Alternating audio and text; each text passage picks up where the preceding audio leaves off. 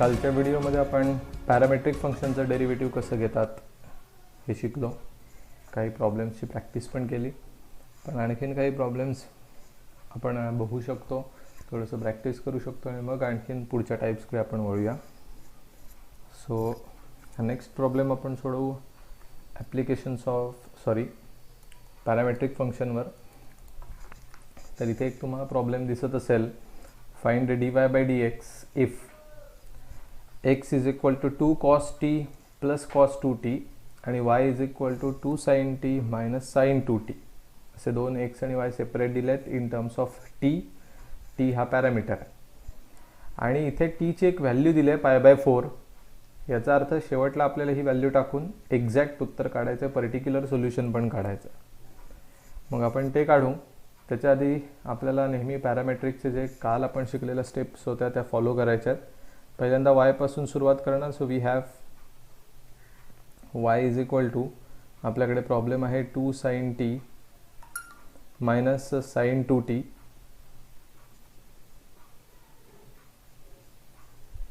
Differentiating with respect to t. हे आपण नेहमीप्रमाणे म्हणणार. इथे t ने आपण का करतोय, बिकॉज पॅरामीटर t आहे, व्हेरिएबल.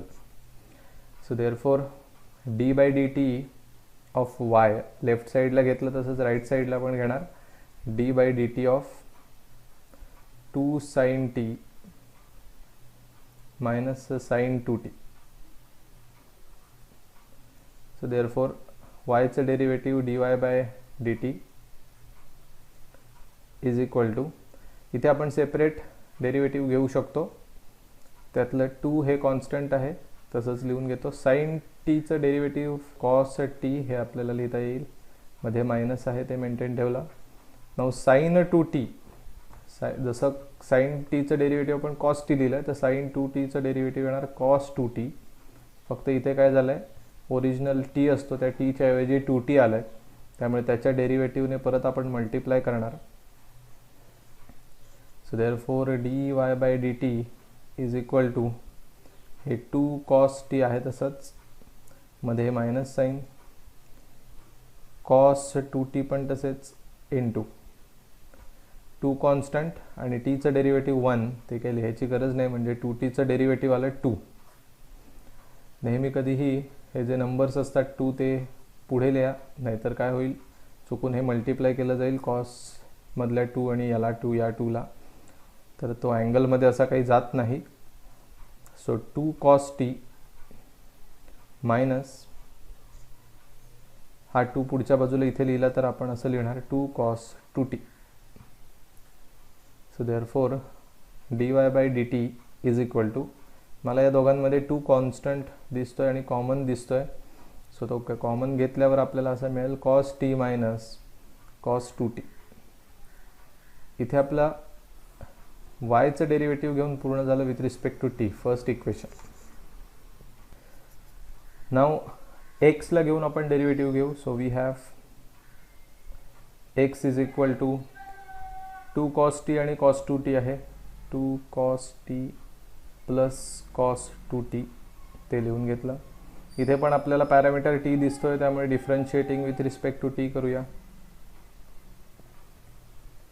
दोन्ही साईडला डेरिव्हेटिव्ह घेऊ. D by D T of x is equal to D by D T of 2 cos t plus cos 2t. इथे येईल d x by D T is equal to, आता इथे separate परत घेता येईल लिनियरिटीमध्ये प्लस असल्यामुळे. सो हा 2 कॉन्स्टंट, cos टीचं डेरिव्हेटिव्ह मात्र काळजीपूर्वक घ्यायला पाहिजे. cos टीचं डेरिव्हेटिव्ह असतं मायनस साइन टी, त्यामुळे मायनस असल्यामुळे मी लगेच ब्रॅकेट मेंटेन ठेवला, मध्ये प्लस आहे ते लिहून घेतला. जर cos टीचं मायनस साइन टी असेल तर cos 2tचं असणार मायनस साइन 2t, पण इथे ओरिजिनल टीच्या जागेवर 2t आलाय, त्यामुळे त्याच्या डेरिव्हेटिव्हने परत मल्टिप्लाय करायला विसरायचं नाही. याच्या केसमध्ये काय होतं, इथे नुसता टीच होता, त्यामुळे त्याच्या डेरिव्हेटिव्हने परत मल्टिप्लाय करायची काही गरज नाही पडली आपल्याला. पण इथे तसं नाही झालं, इथे 2t आहे, त्यामुळे आपल्याला ते करावं लागेल. हे plus into minus, minus 2 sin t, then plus into minus, हे मायनस होतील साईन 2t इंटू 2tचं डेरिव्हेटिव्ह येईल 2. सो आणखीन एक स्टेप लिहू. therefore dx by dt is equal to minus 2 sin t. हा 2 मागे न लिहिता पुढे लिहा, म्हणजे मायनस 2 साईन 2t. आपल्याला याच्यातनं परत 2 कॉमन घेता येईल, फक्त 2च नाही तर मायनस साईन पण कॉमन घेता येऊ शकतं. सो मायनस 2 कॉमन घेऊ, म्हणजे फक्त राहील साईन टी. आता हे दोघांचं मायनस गेल्यामुळे इथे प्लस झालं आणि हा sine 2t. Bracket complete. So this is equation number 2. So we have done with the derivative of y and derivative of x with respect to t. आता आपल्याला पॅरामेट्रिकचा रूल वापरून, पॅरामेट्रिकसाठी जे थिअरम आहे ते वापरून dy बाय dx पण find करायचं आहे. इथे जागा नसल्यामुळे आपण ते नेक्स्ट स्लाइडवर बघू. Next we have dy by dx is equal to dy by dt upon dx by dt is equal to dy by dt आपल्याकडे आहे 2 into bracket cos t minus cos 2t, आणि आता dx by dt पण आपण काढलं आहे, ते आहे 2 minus 2 sine t plus sine 2t. So हे 2 ला 2 कॅन्सल केले, हे मायनस साइन खाली न लिहिता वरती लिहितो into bracket cos t minus cos 2t upon sine t plus sine 2t. पुढे हे मायनस साइन पण आतमध्ये जर दिलं तर जास्त बरं राहील. मग हे मायनस याला मल्टिप्लाय होईल तेव्हा मायनस मायनस प्लस होईल, त्यामुळे cos 2t आता पॉझिटिव्ह झाला, त्यामुळे तो आधी लिहितो. आणि हे मायनस cos t निगेटिव्ह म्हणून नंतर लिहूया. असं काही नाही की हे असंच लिहायला पाहिजे, पण ते जरा बरं राहतं. Sign t plus sine 2t आहे तसंच. So this is our dy by dx. So आपलं सोल्युशन पण पूर्ण झालं आहे खरं तर, पण त्यांना काय पर्टिक्युलर सोल्युशन पाहिजे. पर्टिक्युलर सोल्युशन म्हणजे त्यांना हे उत्तर exactly at theta is equal to π/4 या व्हॅल्यूसाठीच पाहिजे. म्हणजे थिटाची व्हॅल्यू π/4 टाका शेवटला उत्तरामध्ये, असं ते सांगतात. काही जण ही व्हॅल्यू आधी वापरतात, म्हणजे dy बाय dt मध्ये वापरतात, dx बाय dt मध्ये वापरतात आणि मग रेशो घेतात, तरी पण चालू शकतं. किंवा आधी रेशो घेतला आणि मग व्हॅल्यू टाकली तरी चालणार आहे. सी व्हॅल्यू कधीही टाका तुम्ही, आज टाका नंतर उद्या टाका, उत्तर तेच मिळणार आहे. सो तशा पद्धतीने इथे आपण आता जर सोडवायला गेलो तर dy by dx is equal to, हे जे आहे त्याच्यामध्ये जिथे t दिसेल, सॉरी इथे मी थिटा लिहिलं चुकून, जिथे t दिसेल तिथे π/4 टाकायचं आहे. सो इथे येईल cos 2 into π/4 minus cos π/4 whole divided by sine π/4 plus sine 2 into π/4. आता मी साइन कॉस टॅनच्या व्हॅल्यू का पाठ पाहिजेत असं म्हणायचो, ते आता लक्षात आलं असेल. सो हा प्रॉब्लेम जर HSCला आला तर इथपर्यंत सोडवता येईल, पण जर व्हॅल्यूज पाठ नसतील तर पुढे काय करणार. सो आधी जरा हे सोडवूया. कॉस सी बे के बे, बे दुणे 4 इथे कॅन्सल करता येईल. हे अँगलच आहे ना, आतमध्येच आहेत सगळं, त्यामुळे आतल्या आत कॅन्सल करू शकता. इथे राहिलं π/2 मायनस इथे राहिलं cos π/4 आहे तसंच लिहितो आधी, अपॉन साइन π/4 प्लस इथे पण सेम बे के बे, बे दुणे 4 म्हणजे साइन π/2. चलो बोला values. dy by dx is equal to how much, sine cos π/2 0 मध्ये minus cos π/4 is 1/√2. Very good. Sine π/4 again 1/√2 आणि मध्ये प्लस साइन π/2, हे नीट सांगा 1. गुड, ही 1 आहे. मग आता वरती एकटाच राहिला -1/√2, तो तसाच लिहायचा, अपॉन खाली काय करू शकतो आपण, क्रॉस मल्टिप्लाय करू शकतो. सो इथे येईल 1 + √2 अपॉन √2. क्रॉस मल्टिप्लाय केला आणि डिनॉमिनेटरला छेद समान केला क्रॉस मल्टिप्लिकेशनने, √2ने 1ला मल्टिप्लाय केला, त्यामुळे हा √2 झाला. आणि हे आधीचं 1 प्लस ते लिहिलं, डिनॉमिनेटर लिहिला. इथे डिनॉमिनेटरला डिनॉमिनेटर उडवू शकता. वरती राहिला -1 आणि खाली राहिला 1 + √2. दिस इज आर dy/dx. बट हा जो dy/dx आहे हा कायमस्वरूपी नाही आहे. This is particular solution for t = π/4 only. In general solution means आपण कधीही जर उत्तर हा प्रॉब्लेम सोडवला, तुम्ही आज सोडवा, उद्या सोडवा, नाही तर 10 वर्षाने सोडवा, तुम्हाला हे उत्तर नक्की मिळणार, हेच उत्तर मिळणार. पण आता आपण t = π/4 टाकलं म्हणून हे उत्तर आलं शेवटला. एखादा म्हणेल t 0 टाका तर वेगळं उत्तर येणार, एखादा म्हणेल t π/6 टाका, वेगळं उत्तर येईल, π/3ला वेगळं उत्तर येईल. मग हे जे सोल्युशन आहे ते दरवेळेला नाही काढायचं. इट डिपेंड्स की टीची व्हॅल्यू काय दिली आहे तरच ते पुढे सोडवायचं आहे. असा प्रॉब्लेम HSCला पण पडू शकतो, CET JEEला पण पडू शकतो. सो त्याच्यावर कमांड पाहिजे, प्रॅक्टिस पाहिजे. पण अल्टिमेटली हा लास्टचा जो पार्ट आहे व्हॅल्यू टाकणं, हा 11वीतच शिकलेलो असतो आपण ट्रिग्नोमेट्रीमध्ये. मुळात डेरिव्हेटिव्ह घेणं हे इथे संपतं. डेरिव्हेटिव्ह घेणं हे जे आपण 12वीत शिकलो, तो 12वीचा पार्ट इथे संपला. आणि इथून पुढे जो पार्ट आहे तो आपला आधीचा 11वीचा. आणि तुमचं आधीचं मॅथ्स पहिलीपासून 10वीपर्यंतचं तुम्हाला किती येतं आहे त्याच्यावर डिपेंड राहणार आहे. आधीचं काही कच्चं ठेवू नका. रिपिटेशन, प्रिपरेशन आणि प्रॅक्टिस करावे लागेल तुम्हाला. लिहून घ्या, मग आपण पुढच्या प्रॉब्लेमकडे जाऊ. Next problem. आता तुम्हाला बेसिकली कळालं असेल की आपण पॅरामेट्रिकमध्ये काय करतो.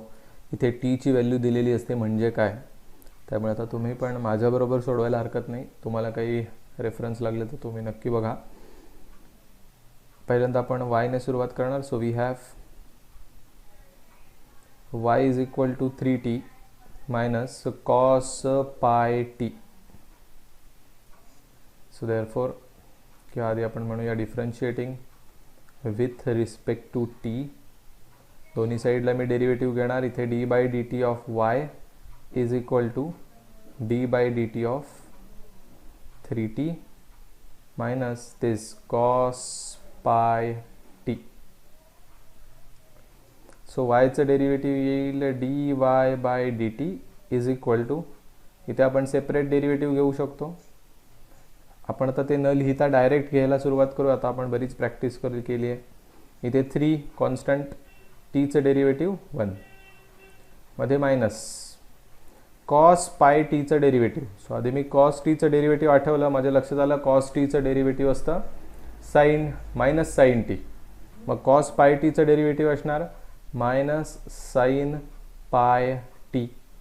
पण नुसता इथे टी नसून इथे कोण आलेला आहे, πt आलेला आहे. म्हणजे त्याच्या डेरिव्हेटिव्हने आपल्याला परत मल्टिप्लाय करायला लागेल πtच्या डेरिव्हेटिव्हने. Why? Because T is replaced by πt. त्यातलं पाय म्हणजे काय, कॉन्स्टंट आहे. पायची व्हॅल्यू असते 3.14, पण इथे अँगलमध्ये आहे, याचा अर्थ पायची व्हॅल्यू आहे 180 डिग्री. 180 डिग्रीला रिप्रेझेंट करण्यासाठी आहे तो रॅडियनमध्ये. So dy/dt is equal to 3 × 1 हे 3 झालं. हे पुढे मायनस मायनस प्लस आपण करू शकतो sin πt इंटू सी. पाय हा कॉन्स्टंट आहे, तो लिहून घेतला. आणि टीचं डेरिव्हेटिव्ह 1 लिहायची गरज नाही मला वाटत, आता डायरेक्ट आपण लिहू शकतो. So therefore dy/dt is equal to, हा 3 आपण फिक्स ठेवून दिला, प्लस हा पाय मागे न लिहिता पुढच्या बाजूला लिहिला, pi into sin πt. Bracket complete. इथे आपलं पहिलं वायचं डेरिव्हेटिव्ह पूर्ण झालं. नाव एक्ससाठी ट्राय करूया आपण. So x is equal to t plus 2 times sin πt असं आलं आहे.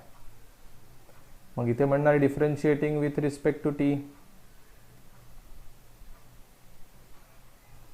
So therefore d/dt of x is equal to d/dt of this t plus 2 sine pi t bracket complete.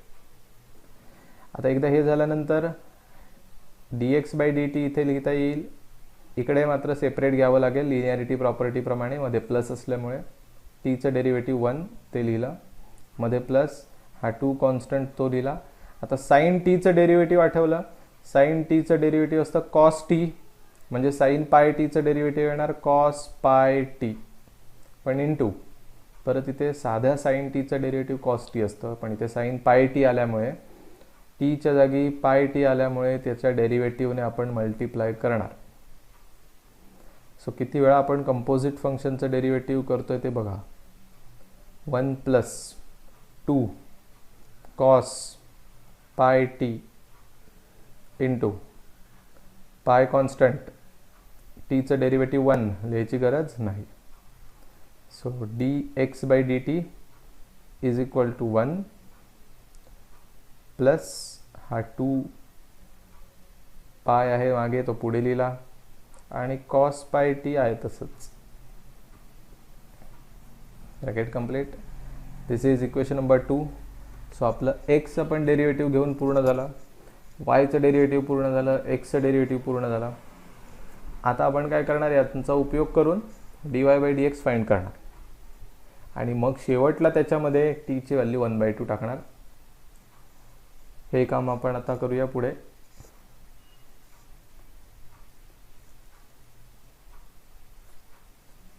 we have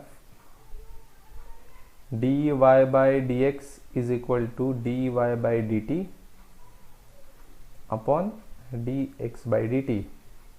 न्यूमरेटरला dy by dt आणि खाली dx by dt. So dy by dt आपल्याकडे काय आहे बघा, 3 plus पाय sign pi T, आणि खाली काय आहे बघा, डिनॉमिनेटरसाठी 1 plus 2 pi cos pi t. So is equal to हा 3 तसाच राहील, प्लस पाय कॉन्स्टंट आहे तसाच, sine C pi into t, टीची व्हॅल्यू किती आहे 1/2, ती जर टाकली तर पाय इंटू 1/2 म्हणजेच किती π/2 होणार, कारण टीची व्हॅल्यू 1/2 टाकतोय, पाय इंटू 1 म्हणजे पाय, आणि खाली 2 असेल डिनॉमिनेटरला, तो आला इथे.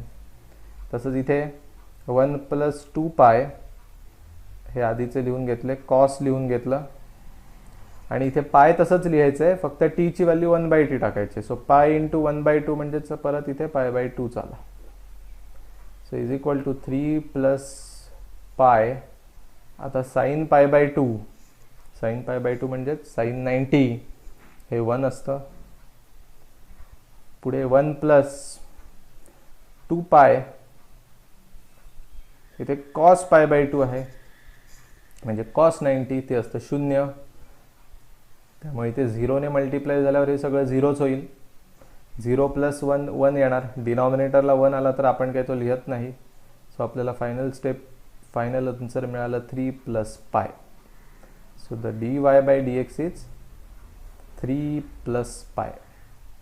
हे आपलं फायनल सोल्युशन. इथे प्रॉब्लेम संपला. सी नुसता रेशो घेऊन ठेवलात इथपर्यंत तर तुम्हाला मार्क मिळतील, पण पूर्ण नाही मिळणार. MCQ असेल तर अजिबातच नाही मिळणार, बिकॉज तुम्हाला टीची व्हॅल्यू टाकायला सांगितली आहे. MCQ मध्ये ऑब्व्हियसली हे उत्तर नसणारच आहे. उत्तर काहीतरी असेल 3 प्लस पाय, 3 मायनस पाय असे ऑप्शन्स असतील. तर तुम्हाला ती व्हॅल्यूज पाठ पाहिजेत, का पाहिजेत त्याचं रिझन तुम्हाला कळालं असेल. दुसरं, अजूनही जर तुम्हाला डेरिव्हेटिव्ह ऑफ कंपोजिट समजत नसेल, जसं की साइन पाय टी, तर ते आपण का मल्टिप्लाय करतोय ते समजून घ्या. असे कितीतरी मुलं मिळतील तुम्हाला, इव्हन तुमचे मित्रमैत्रिणी असतील 12वी पास झालेले, त्यांना जरा विचारा की याचं डेरिव्हेटिव्ह घेऊन दे, आणि जर ते डेरिव्हेटिव्ह त्यांनी घेतलं व्यवस्थित तर त्यांनी खरोखर चांगलं शिकलेलं आहे, चांगल्या लोकांकडे शिकलं आहे, किंवा स्वतःहून तरी चांगली प्रॅक्टिस केली आहे. जर हेच माहिती नाही आहे, आणि असे ट्रस्ट मी डिग्रीच्या मुलांना शिकवतोय, diploma, engineering degree, engineering diploma सगळ्यांना शिकवतोय, तर मला माहिती आहे की 12वी करून आल्यानंतर त्यांना हे माहिती नसतं, हे पहिल्यांदाच ऐकल्यासारखं ते बिहेव करतात. This is basic step, this is first step of derivative, जे फर्स्ट चॅप्टरमध्ये शिकतात 12वीच्या, पण तरीसुद्धा येत नाही आहे. आपली अवस्था तशी नाही पाहिजे. आपल्याकडे डेरिव्हेटिव्हच्या 5 टेक्निक्स आहेतच, आणि त्या सगळ्यांना पाठच पाहिजेत. पहिलं म्हणजे फॉर्म्युला, दुसरं म्हणजे linearity property, you into V जमलं पाहिजे, यू अपॉन व्ही जमलं पाहिजे, आणि derivative of composite function. That's it. लिहून घ्या, मग आपण पुढच्या प्रॉब्लेमकडे जाऊया. तर आपण पुढचा टाईप शिकू. हा टाईप आहे ना, नेक्स्ट टाईप, तो पॅरामेट्रिकचाच भाऊ आहे. पॅरामेट्रिकचाच भाऊ, तेच करायचं आहे. फक्त इथे कसं देत होते आपल्याला, एक्स म्हणजे काय, वाय म्हणजे काय असं देत होते. तर आता काय करणार आहेत, एवढंच देणार आहेत, हे देणार आहेत, पण त्याचं नाव नाही देणार आहेत, एक्स आणि वाय. बस एवढंच. म्हणजे आपल्याला ते नाव द्यायचं आहे, बा एक्स याला म्हणूया, वाय याला म्हणूया, म्हणजे ते आपणच करायचं आहे. मग त्यांनी हे दिलेलंच असणार आहे, एकाला एक्स म्हणायचं, एकाला वाय म्हणायचं, एकदा d x by D t काढायचं, एकदा d y by D t काढायचं, रेशो घ्यायचा, झालं का. तुम्ही असा कधी विचार केला का की मी वायच का आधी सांगितलं? त्याचं रिझन आहे की आपल्याला d y by D t upon d x by D t घ्यायचं असतं ना. सो वरती d y by D t घ्यायचं असतं, खाली d x by D t. आत्तापर्यंत मी कितीतरी पेपर्स चेक केले, त्याच्यामध्ये असं लक्षात आलं आहे, जेव्हा मुलं d x by D t आधी घेतात तर ते नॅचरल टेंडन्सी असते ते वरती लिहून टाकायची, आणि जे दुसरं असतं ते खाली लिहून टाकायची, अशी एक सवय लागून गेलेली असते. मग मुलांना हे फॉर्म्युला लिहितात बरोबर, d y by D t, d x by D t, पण एक्सचा आधी फाइंड केल्यामुळे काय लिहितात, इक्वेशन नंबर 1 वरती टाकतात, इक्वेशन नंबर 2 खाली टाकतात, म्हणजे बरोबर उलट होतं. पण आपण वायने आधी सुरुवात केल्यामुळे जरी नॅचरल टेंडन्सी झाली तरी तुमचा तो वायच वरती राहील. या हेतूने मी ते शिकवतो. जर अलर्टनेस असेल, पूर्ण काही प्रॉब्लेम होत नसेल तुम्हाला ते डिसाईड करायला, तर काहीच टेन्शन नाही आहे. Next type is derivative of one function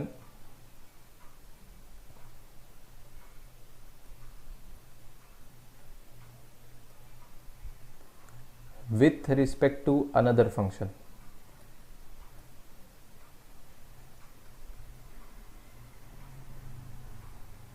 जरा नाव मोठं आहे, पण हा कोणाचा भाऊ आहे, तर पॅरामेट्रिक फंक्शन सारखंच सोडवायचं आहे. सो आपण जो आत्ता टाईप प्रॅक्टिस करतोय, सेम त्याच स्टेप्स आहेत, वेगळं काही नाही. फक्त काय, आपण दरवेळेला differentiating with respect to x, y, with respect to t, with respect to theta असं बघतो. इथे आपल्याला सांगणार आहेत की हे फंक्शन दिलं जाईल पहिलं, त्याचं डेरिव्हेटिव्ह घ्या या दुसऱ्या फंक्शनने. सो आता हे कसं सोडवायचं ते आपण काही प्रॉब्लेम्समधनं बघूया.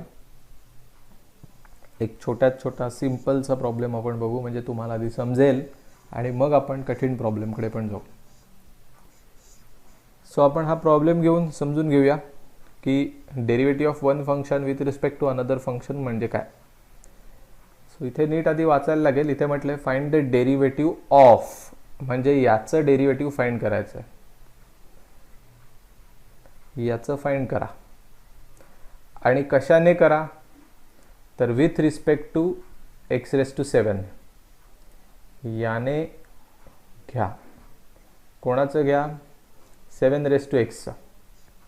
आणि कशाने घ्या, तर एक्स रेस टू 7चं. कोणाचे डेरिव्हेटिव्ह घ्यायचं आहे, या प्रश्नाचं उत्तर आहे 7 raise to x.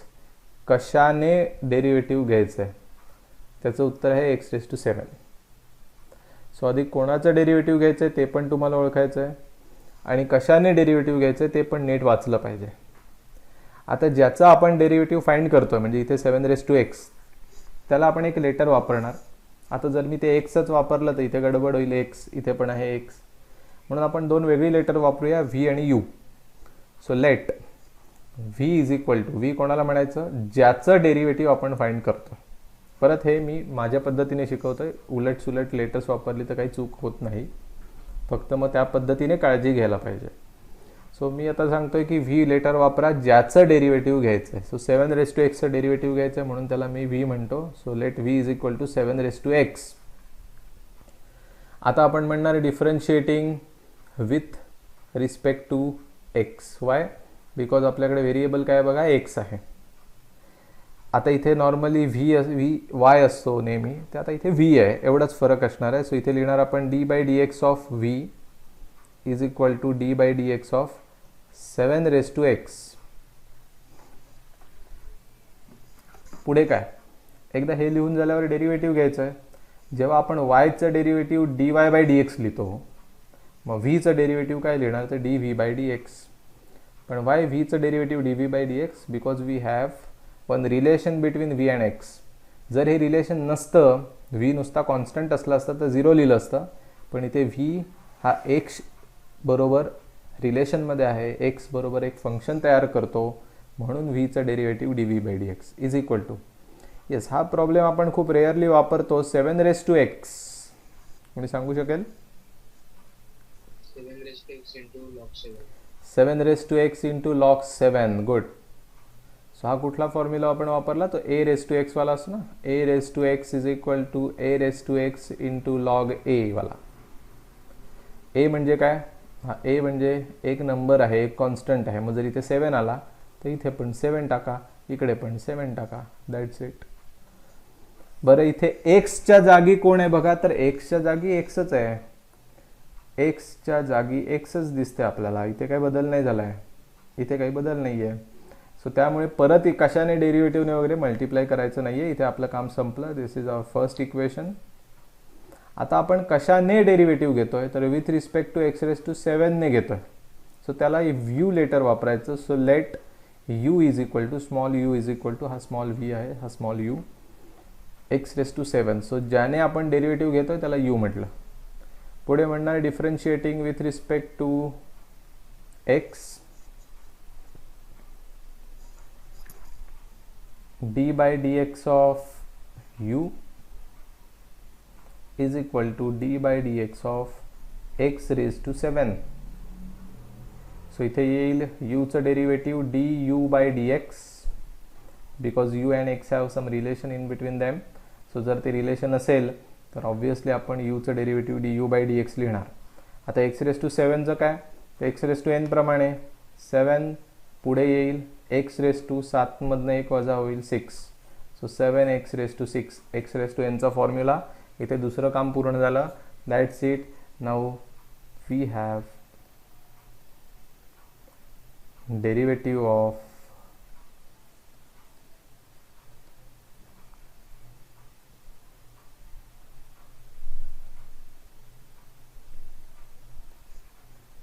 v with respect to u.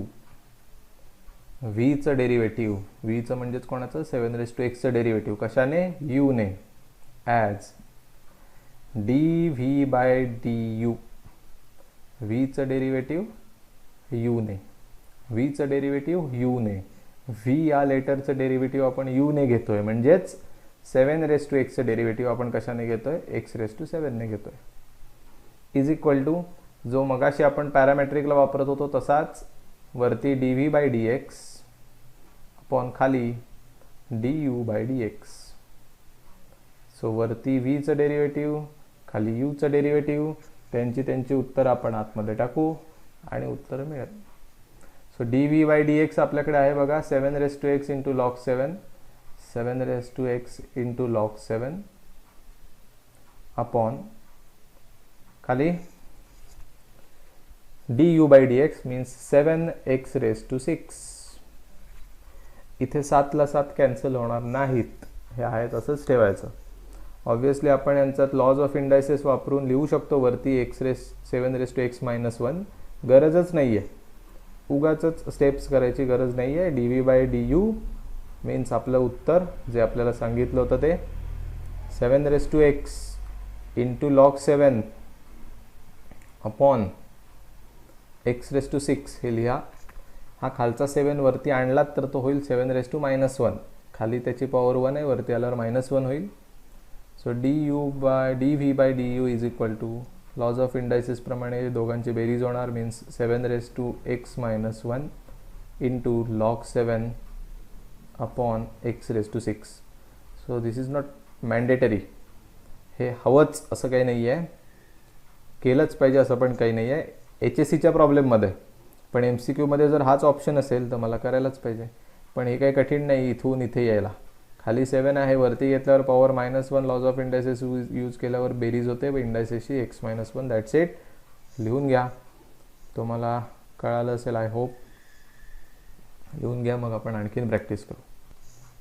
Next problem, आपण आत्ताच्याच टाईपवर बघूया, derivative of one function with respect to another function. So मी पहिला प्रश्न स्वतःलाच विचारेन की कोणाचं डेरिव्हेटिव्ह घ्यायचं आहे. सो इथे माझ्या लक्षात आलं की एक्स इंटू साईन एक्स याचं डेरिव्हेटिव्ह घ्यायचं आहे. सो याला आपण व्ही लेटर मानणार. आणि कशाने डेरिव्हेटिव्ह घ्यायचं आहे तर with respect to tan X. So tan एक्सने डेरिव्हेटिव्ह घ्यायचं आहे, सो याला यू म्हणणार. सो आपण इथे म्हणणार let v is equal to this x into sine x. आता याचं डेरिव्हेटिव्ह घ्यायला पाहिजे एक्सने, कारण इथे एक्स लेटर दिसत आहे. So differentiating with respect to X असं आपण केलं तर आपल्याला इथे मिळेल D by D x of V is equal to D by D x of X into sine X. Nice. So व्हीचं D V by D X येईल. जरा सांगता इथे कुठला रूल वापरणार? U V, U into V rule. Yes. मग काय येईल? First into derivative of second means sine एक्सचं डेरिव्हेटिव्ह, पहिला गुणिले दुसऱ्याचं डेरिव्हेटिव्ह, प्लस दुसरा म्हणजे कोण? Sine x, into derivative of first. Derivative of first means x.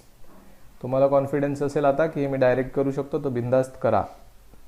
So D V by D x is equal to X into sine एक्सचं derivative cos x plus sine x into एक्सचं derivative 1. चलो ते लिहायची गरज नाही, आपलं एक काम पूर्ण झालं. व्हीचं डेरिव्हेटिव्ह तरी काढून झालं. व्ही म्हणजे कोण?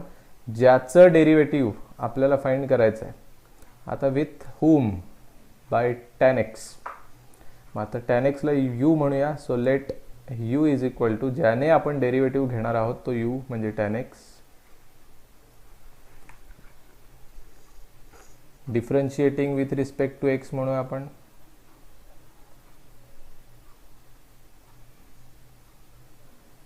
इथे येईल D by D x of you is equal to D by D x of tan x.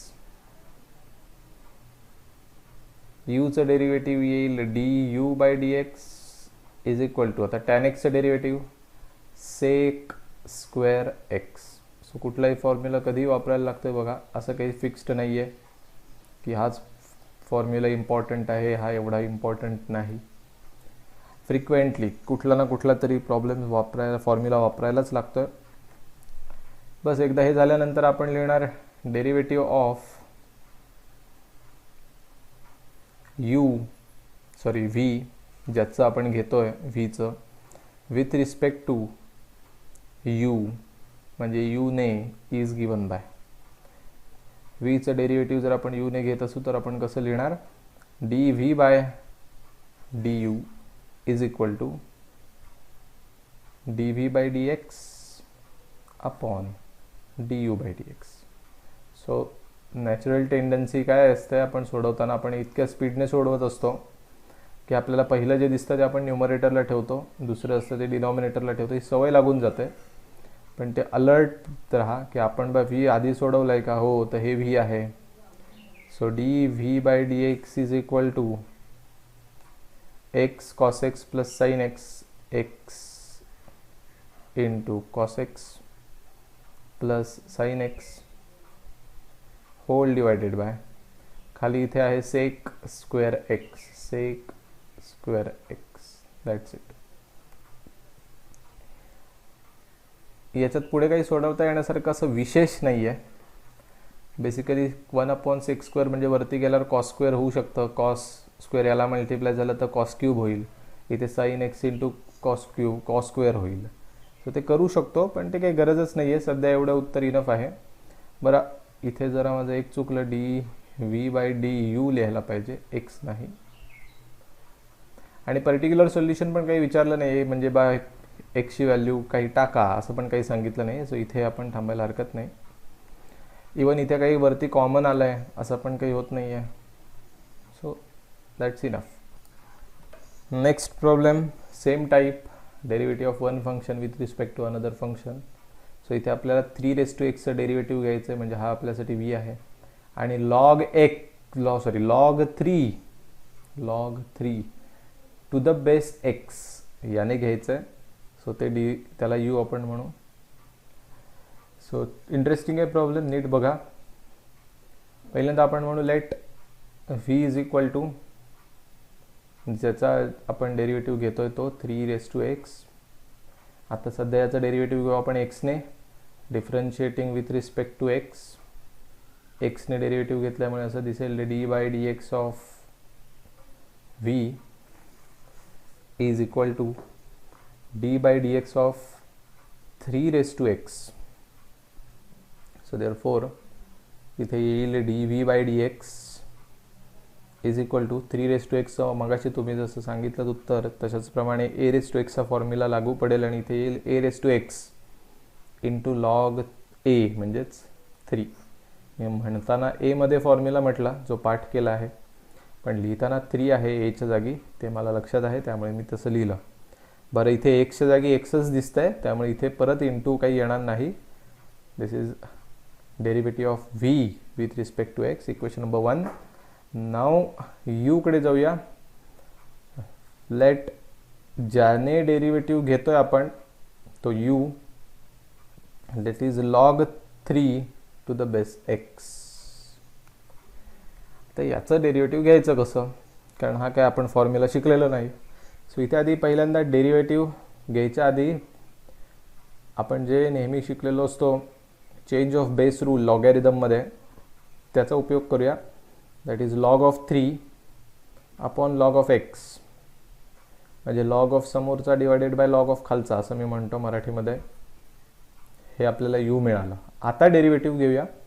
इथे माझ्या लक्षात आलं की न्यूमरेटरला पण फंक्शन आहे, म्हणजे काहीतरी टर्म आहे, खाली पण आहे. सो यू अपॉन व्ही वापरू शकता किंवा 1 अपॉन एक्सचा फॉर्म्युला, पण ठीक आहे 1 अपॉन एक्स पचायला जरा जड जाऊ शकतं, नवीन नवीन आहात. आपण आधी लिहूया differentiating with respect to x. U upon v वापरूया. थोडं लॉंगकट पडेल पण काही टेन्शन नाही, उत्तर तर बरोबर येणार आहे. So d by D x of you is equal to D by D x of log 3 divided by log x. So यूचं डेरिव्हेटिव्ह आपल्याला माहिती आहे d you by D x येणार.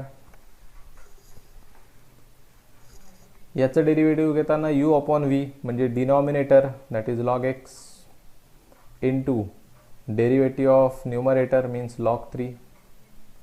मध्ये मायनस साईन आहे तेच लिहिलं.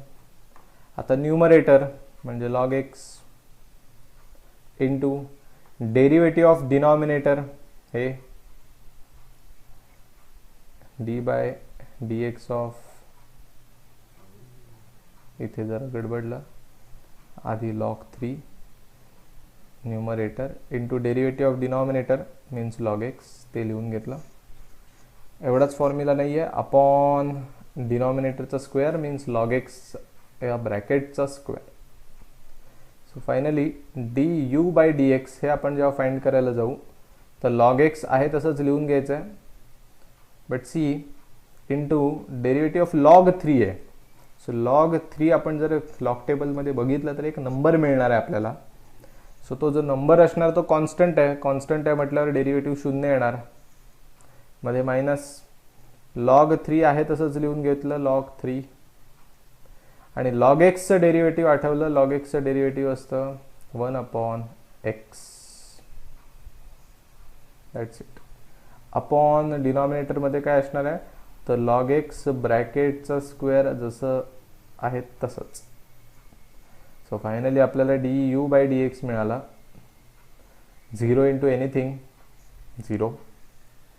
सो मायनस लॉग 3 अपॉन हा जो एक्स आहे हे मायनस लॉग 3 1ला मल्टिप्लाय केलं म्हणून मायनस लॉग 3, आणि हा एक्स आहे तो खाली येईल म्हणजे एक्स इंटू लॉग एक्स ब्रॅकेटचा square.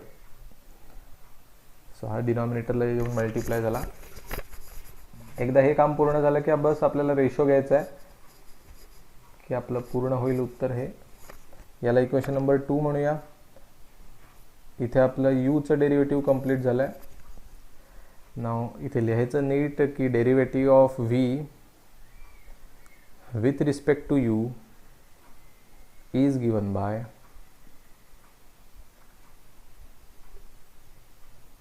dv by du is equal to dv by dx upon du by dx is equal to dv by dx मगाशीच फाइंड केलं हे बघा equation number 1 that is 3 raised to x into log 3 या सगळ्याला upon इथे जर बघितलं तर minus log 3 upon x into log x वगैरे दिसतंय सो ते लिहितो मी minus log 3 upon x into log x ब्रॅकेटचा square so is equal to इथे लॉग 3 ला लॉग 3 कॅन्सल करायला अलाउड आहे कारण हा पण न्यूमरेटर आहे आणि हा डिनॉमिनेटरचा न्यूमरेटर आहे कॅन्सल होणार हे मायनस साइन वरती लिहूया 3 raised to x आणि ही जी डिनॉमिनेटरच्या डिनॉमिनेटरला क्वांटिटी आहे ही सगळ्यात खाली ती वरती येऊन मल्टिप्लाय होईल that is x into log x ब्रॅकेटचा square that is dv by du so v चं derivative with respect to u आपल्याला मिळालं आहे हे आपलं उत्तर आहे इथे प्रॉब्लेम संपला next problem find the derivative of this याचं डेरिव्हेटिव्ह फाइंड करायचं आहे means v with respect to this means u so let v is equal to cos inverse x differentiating with respect to x म्हणूया